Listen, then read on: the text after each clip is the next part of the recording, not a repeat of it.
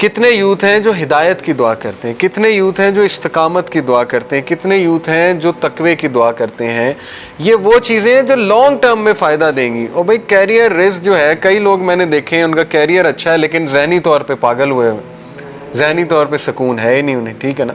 जिस्मानी तौर पे वो ख़त्म हो चुके हैं 3-3 जॉब्स करके, तो क्या फ़ायदा हुआ। इसलिए जिस चीज़ की ज़रूरत है उसकी दुआ करें, उस पर गौर करें। अल्लाह के नबी की दुआएं आप देखें तो आप हैरान रह जाएंगे क्या क्या मांगा हुआ है। आप हैरान होंगे, मैंने तो कभी चीज़ मांगी नहीं, मैंने तो इस पर कभी गौर ही नहीं किया, ठीक है ना, क्योंकि प्रायोरिटी नहीं है। कुछ हालात आपको दरपेश आ गए हैं तो उसमें से सही बात अखज़ करना, इसको कहते हैं मेकिंग द राइट इंटरप्रिटेशन, ठीक है। इस पर मैं आपको एक वाक़या सुनाता हूँ बड़ा मज़े का। इशफाक अहमद लिखते हैं, वाक़या शायद फ़र्ज़ी है लेकिन फ़र्ज़ी वाक़यात से अगर हम कुछ लेसन लर्न कर लें तो इसमें कोई हर्ज नहीं। वाक़या ऐसे है कि एक बादशाह की सल्तनत थी। उस सल्तनत में एक शख्स था, उसके पास एक इंतहाई नायाब घोड़ा था।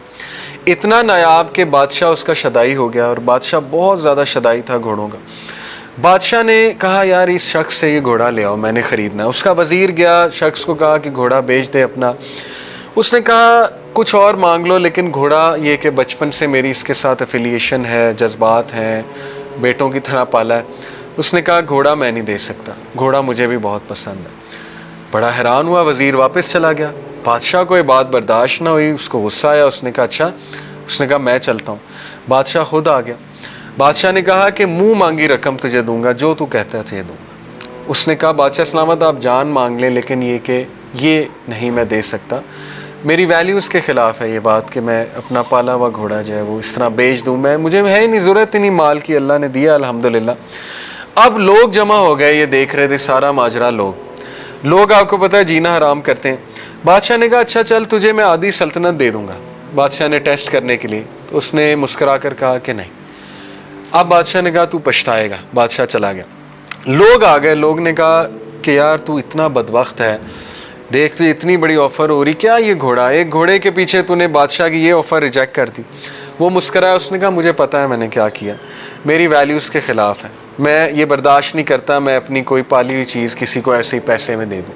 लोगों ने कहा तू पछताएगा। उसने कहा अल्लाह मालिक। अब हुआ ये वाक़या आगे जाता है कि वो घोड़ा भाग गया अस्तबल से तकरीबन चंद दिन बाद। अब आप देखें लोगों ने किस तरह मेंटल टॉर्चर दिया होगा। लोगों ने कहा कि होना आराम है, अगर इस घोड़े को बेच देता तो आज तेरे पास पैसे भी होते, आधी सल्तनत का बादशाह भी होता, क्या मिला, भाग गया। एक जानवर जिससे तूने वफा की, देख जानवर ने तेरे से वफा नहीं की, चला गया। वो मुस्कराया, उसने कहा बस यही था किस्मत में, कोई बात नहीं, मेरा उसका साथ इस तरह लिखा हुआ था, अल्लाह ताला ने जो देना है देना, हो सकता है अल्लाह मुझे इसके बदले बहुत कुछ दे दे।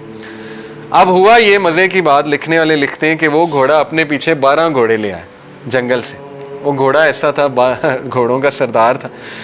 अब जब वो 12 घोड़े उसके पीछे आ गए तो लोग फिर जमा हो गए। अब लोगों ने रवैया चेंज कर लिया। बताने का मकसद पता है क्या राइटर का, कि लोग चेंज होते हैं वाक़यात के मुताबिक, हालात के मुताबिक।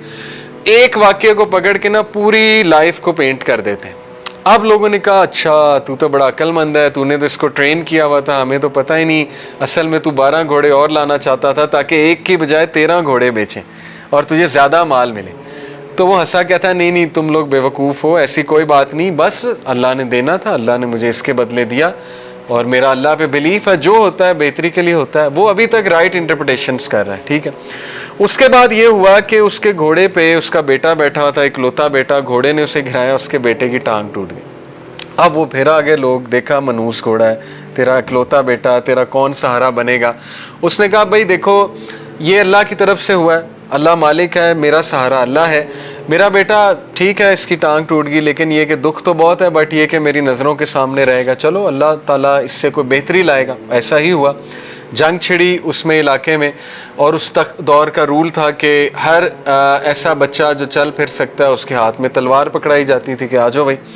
उसके घर सोल्जर्स आए, बादशाह के, देखा कि टांग टूटी है बेटे की, उन्होंने कहा ये तो हमारे किसी काम का नहीं, उसके बेटे को छोड़ के चले गए। अब लोग फिर आ गए, कहते तू बहुत खुशकिस्मत है, तेरा बेटा तेरे पास है, लखते जिगर हमारे बेटों को ले गए, रोने लग गए, ये वो हमारा क्या बनेगा, ये वो। उसने कहा आई हैव हैड इनफ, तुम लोग एक नंबर के बेवकूफ़ हो, और तुम लोगों का मसला ये है कि ज़िंदगी में कोई एक हादसा होता है, तुम उसको पकड़ के कंक्लूजन पे पहुंच जाते हो और पूरी लाइफ पेंट कर देते हो, जबकि हर मकसद हादसे का एक मकसद होता है। मैंने क्या किया ये मुझे पता है, उसकी सेल्फ अवेयरनेस बहुत हाई थी कि मैं ये नहीं कर सकता काम, अल्लाह देगा। अल्लाह ने मुझे नवाजा भी है, एक हादसे से भी गुजारा, एक्सीडेंट से। अब वो घोड़े को ब्लेम करने लग जाता, ये दुख पकड़ने लग जाता कि काश मैं ये घोड़ा बेच देता तो आज मेरे बेटे की टांग ना टूटती। फिर तो वो मारा गया, फिर तो उसने आगे भी नहीं चलना, ना वो बच्चों को प्यार दे सकेगा। तो मसला ये है कि हम लोग एक पास्ट के वाक़े को ब्लेम करते रहते हैं कि यार इसकी ना बदवा लग गई हो, इसकी वजह से ना हो गया हो, इसके साथ मैंने ऐसे किया था, ये ना हो गया हो, वो ना हो गया हो।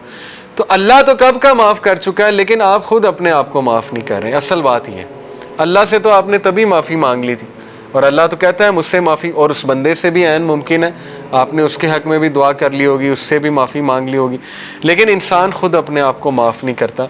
तो फिर ये कि ऐसा बंदा ना खुद खुश रहता है ना दूसरों को खुश रहने देता है। इसलिए राइट इंटरप्रिटेशंस, देखिए मैं आपको हमारी मिसाल देता हूँ।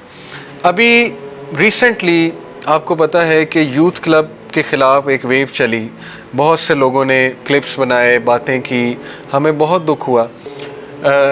अपने ही दीनी लोगों की तरफ से जब ऐसी कोई चीज़ आती है ना कि बग़ैर सोचे समझे वो एक हमारे ख़िलाफ़ मुहिम शुरू कर दें, वेव निकालना शुरू कर दें, बहुत दुख होता है। लेकिन राइट इंटरप्रिटेशन ये है कि यार अगर 2 ने हमारे ख़िलाफ़ बनाई तो 10 ने दुआएं भी तो दी ना, 10 ने फेवर में भी तो बोला ना। अगर उन 2 पे ही दुख लेकर बैठ जाएं, उन 2 पे ही हम रोना पीटना शुरू कर दें, तो हम तो आगे कभी नहीं बढ़ेंगे। तो होता क्या है कि शैतान आपको सिर्फ वो 2 चीज़ें दिखा रहा होता है कि ये देख ये हो रहा है। इसलिए ऐसे मौके पे जब बहुत ज़्यादा जज्बात हावी हों, बहुत इमोशनल हों, आप बहुत फ्रस्ट्रेशन का शिकार हों, उस वक्त अपने आप को उस इवेंट से डिसएसोसिएट करके थोड़ा सा निकल के उस जोन से कुछ पॉजिटिव चीज़ें भी देखें, ज़रूर मौजूद होंगी वो पॉजिटिव चीज़ें, और राइट इंटरप्रिटेशन करें। अगर आपसे नहीं हो रही, इसीलिए कहते हैं किसी अक्लमंद बंदे से बात कर लें, हो सकता है वो आपको दिखा दें। और ऐसा ही होता है, कोई आपके मुखलिस दोस्त होते हैं, अच्छे दोस्त होते हैं, वो आपको कहते हैं कि यार नहीं, अगर ऐसा हो रहा है तो फिर ऐसा भी तो हो रहा है ना, ये भी तो देखो ना, इसकी तरफ भी तो तवज्जो दो। इसीलिए कहते हैं ना अपनी नेमतों की तरफ भी तो देखो ना, वो जो चंद एक चीज़ें तुम्हारी ज़िंदगी में चल रही हैं उन्हीं की तरफ तवज्जो दी हुई है, और उसके बाद नेमतें तो देख ही नहीं रहे हम। अल्लाह ने सेहत दी है, अल्लाह ताला ने लोग मोहब्बत करने वाले दिए हैं, बहुत सी चीज़ें दी होंगी। तो मेकिंग द राइट इंटरप्रिटेशन, बहुत सिंपल सी मिसाल है, रश में आप फंसे हुए हैं। अब जाहिर है ना हॉर्न बजाने से गाड़ी ने उड़ना है, ना गाली देने से गाड़ी को कोई पर लग जाने, ठीक है ना, ना फैमिली वालों पे गुस्सा करने से गाड़ी को अचानक पर लग जाने और आपने ट्रैफिक से निकल जाना है। तो गाड़ी तो फंस गई, और इसमें कसूर भी आपका कोई नहीं है, सर्कल ऑफ इन्फ्लुएंस से बाहर की चीज़ है।